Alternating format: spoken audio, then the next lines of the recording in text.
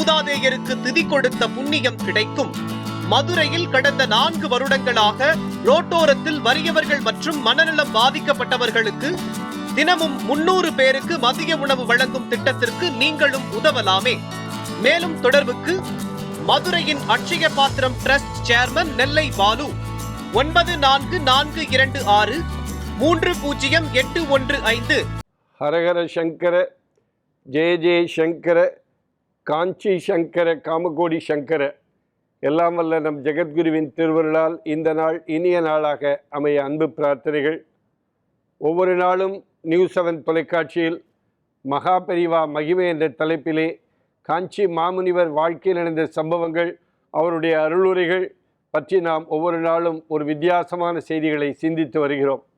அந்த அடிப்படையில் இன்றைக்கு மகா பெரிவா ஒரு முறை சிவஸ்தானத்தில் தங்கியிருந்த பொழுது ஒரு செல்வந்தர் அவரை தரிசிக்க வருகிறார். பெரியவா இடத்திலே எல்லாம் ஆசீர்வாதம் பெற்ற பிறகு, பெரியவா நான் சென்று வருகிறேன், உத்தரவு கொடுங்கள் என்று கேட்ட பொழுது, பெரியவா சற்று பொறுத்து செல்லுங்கள் என்று தகவல் சொல்கிறார்.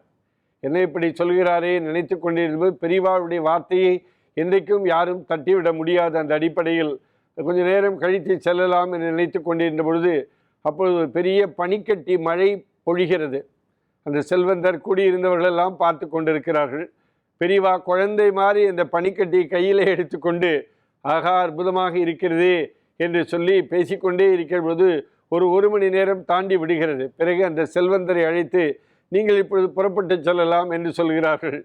செல்வந்தருக்கு ஒன்றுமே புரியவில்லை. அப்பொழுதே சொல்லியிருக்கலாமே, ஏன் இப்பொழுது திடீரென்று இப்பொழுது புறப்பட்டு செல்லுங்கள் என்று நினைத்த பொழுதுதான் அவர்கள் அங்கிருந்து கிளம்பி 1 மைல் தூரம் தாண்டிய பிற்பாடு போகிற பொழுதுதான் அந்த ஊருக்கு போக முடியாத அளவிற்கு ஒரு பெரிய மரம் கீழே விழுந்து காரை தடுத்து நிறுத்துகிறது. அந்த செல்வந்தர் அங்கு பக்கத்தில் இருக்கிறவர்களெல்லாம் கேட்கிறார்கள், இது எப்பொழுது நடந்தது என்று கேட்ட பொழுது 1 மணி நேரத்துக்கு முன்பாக நடந்தது என்கிற தகவல் தெரிவிக்கிறார். அப்பொழுதுதான் தெரிகிறது, நாம் ஒரு பெரிய ஆபத்தில் சிக்கியிருக்கிறோம்.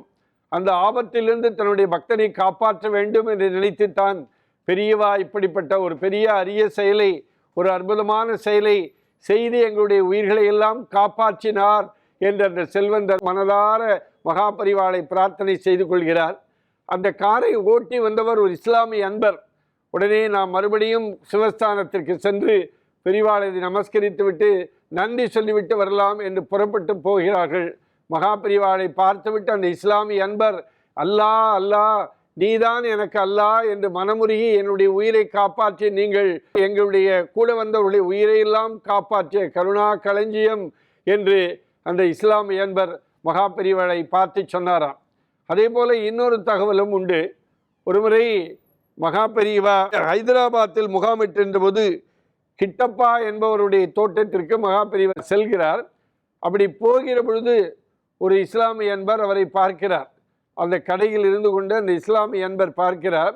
அவருக்கு என்னமோ தெரியவில்லை, மகாபரிவா நடந்து போகிற பொழுதெல்லாம் அவருக்கு அல்லாவே நடந்து போவதாக மனதுக்குள்ளே நினைத்து கொள்கிறார்.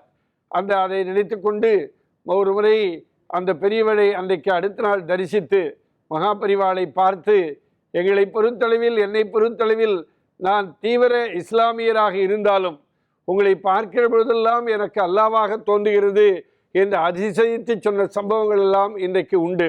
அந்த அடிப்படையில் இன்றைக்கு மகா பெரியவா எல்லோரும் எந்த மதத்தை சார்ந்தவர்களாக இருந்தாலும் சரி, இஸ்லாமியர்களாக இருந்தாலும் சரி, கிறிஸ்தவர்களாக இருந்தாலும் சரி, இந்துக்களாக இருந்தாலும் சரி, மகா பெரியவா அங்கே காஞ்சிபுரத்தில் இருக்கிற பொழுதெல்லாம் எல்லோரும் வந்து, அதுவும் குறிப்பாக மகா பெரியவா 1994 ஜனவரி 8ஆம் தேதி என்றைக்கு சித்தி அடைந்த பொழுது ஏகப்பட்ட இஸ்லாமியர்கள் வந்து எங்களுக்கெல்லாம் அருள் கடாட்சம் காட்டினாயே என்று மனதாலே அழுத சம்பவங்கள் எல்லாம் உண்டு.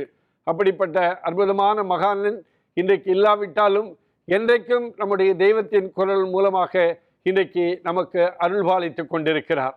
ஹரஹர சங்கர, ஜெய ஜெய சங்கர, காஞ்சி சங்கர, காமகோடி சங்கர. எல்லாம் வல்ல நம் ஜெகத்குருவின் திருவருளால் இந்த நாள் இனிய நாளாக அமைய அன்பு பிரார்த்தனைகள். ராம் ராம். ஓம் ஸ்ரீ மகாபரிவா திருவடிகளே சரணம்.